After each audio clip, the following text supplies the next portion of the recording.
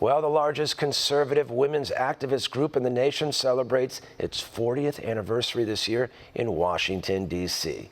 One America's Chanel Rion has more from the Concerned Women for America Gala in Washington.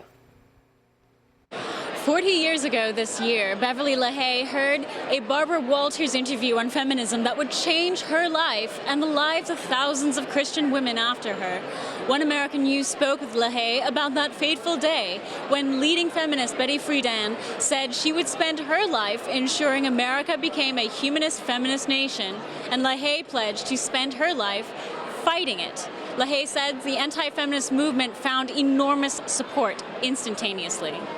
It wasn't just a few little women in San Diego, California. It was a national organization that women across America, from Maine to Florida to Washington to San Diego, California, they were all concerned about the direction our nation was going, and the feminist movement was taking us in that direction.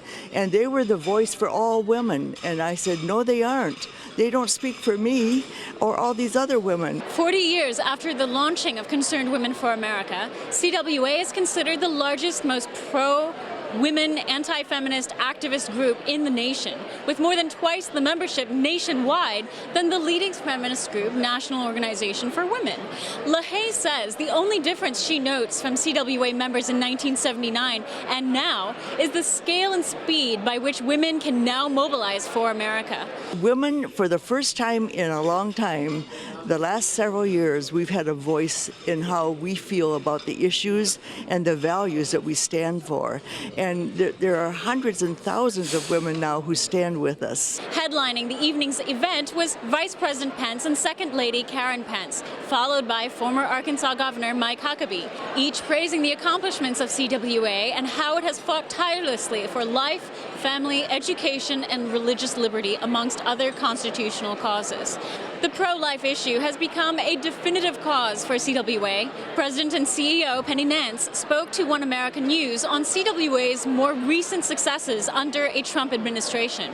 Concerned Women for America's members around the country have been on the forefront of working with President Trump and this administration to confirm pro-life conservative judges, and we were so grateful. 2 Supreme Court justices, over 100, about 140 now, lower court judges. There's about 40 more waiting in the wings.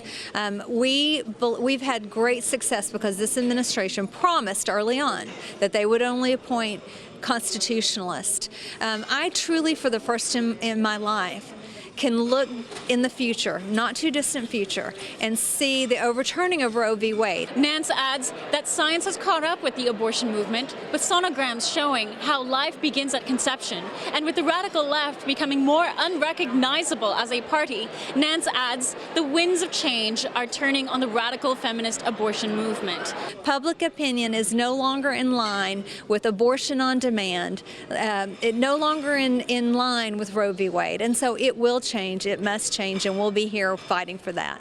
With over 600,000 members and chapters across 50 states, the CWA serves as a kind of barometer for how evangelical voting women in America will vote in 2020. And by this measure of this gala and its speakers, CWA intends to show up in force for the Trump administration come November. Chanel Rion, One American News, Washington. Want to see more videos like this? Click on the link below and subscribe to One American News on YouTube, and call your cable provider and kindly demand that One American News is added to your lineup. Call and subscribe today.